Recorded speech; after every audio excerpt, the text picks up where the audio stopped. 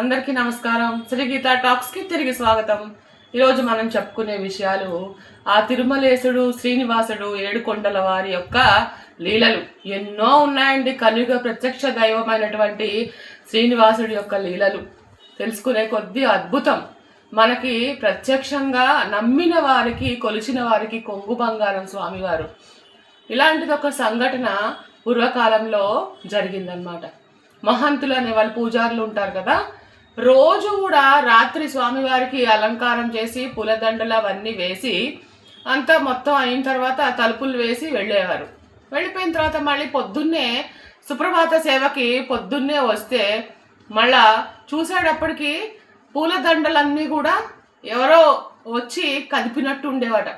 ఇదేంటి, రాత్రే కదా అలంకారం చేసాము, ఎవరో వచ్చి కదిలిచ్చినట్టు, మళ్ళా పూజ చేసినట్టు వస్తువులన్నీ కూడా ఇక్కడ ఉండేవట.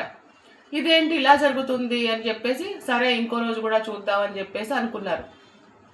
ఇలా ప్రతిరోజు రాత్రిపూట చేసిన అలంకారాలన్నీ పూలదండలు వస్త్రాలు ఇవన్నీ కూడా పొద్దున్న అయ్యేటప్పటికి ఎవరో కదిలించినట్టు, ఎవరో పక్క జరిపినట్టు, ఎవరో పూజ చేసినట్టు ఇలా ఉంటూ ఉండేవట. ఇలా రోజు జరుగుతూ ఉండేది.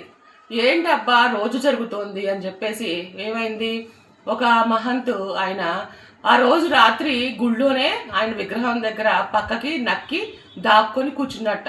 ఈ రోజు ఎలాగైనా సరే ఏం జరుగుతుందో నేను కనిపెడతాను అని చెప్పేసి ఆ వెనక్కి నక్కి లోపల మూలకి కూర్చున్నాడు దొంగతనంగా అన్నమాట. ఎవరికి కనిపించకుండా దూరి కూర్చున్నాడు. సరే మామూలుగానే అందరూ దండలు అవన్నీ వేసేశారు. స్వామివారి పవళింప సేవ అయిపోయింది. అందరూ వెళ్ళిపోయారు తాళం వేసేసి. తర్వాత ఈయన అలా కొంత సమయం గడిచింది.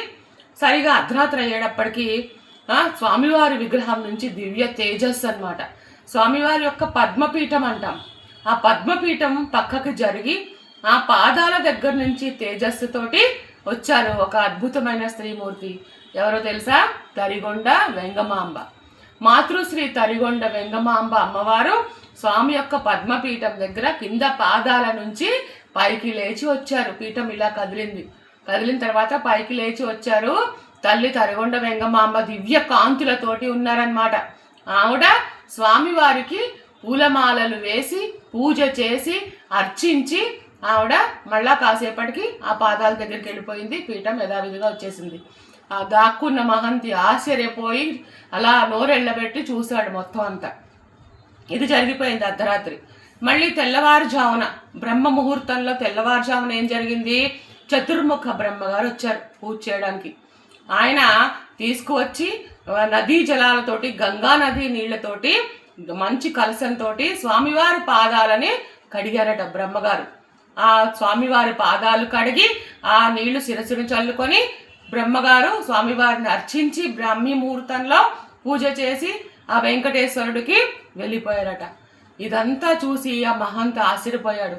అబ్బా, స్వామివారి లీలలు కదా, తరిగొండ వేంగమాంబ గారు పూజించారు, బ్రహ్మగారు పూజించారు అని చెప్పి అప్పటి నుంచి కూడా ఆయన పూజ చేయడానికి రాత్రి కలసంతో నీళ్ళు అక్కడ పెట్టేవారు బ్రహ్మగారు అభిషేకం చేయడానికి అనమాట, స్వామివారి పాదాలను కడగడానికి బ్రహ్మగారికి.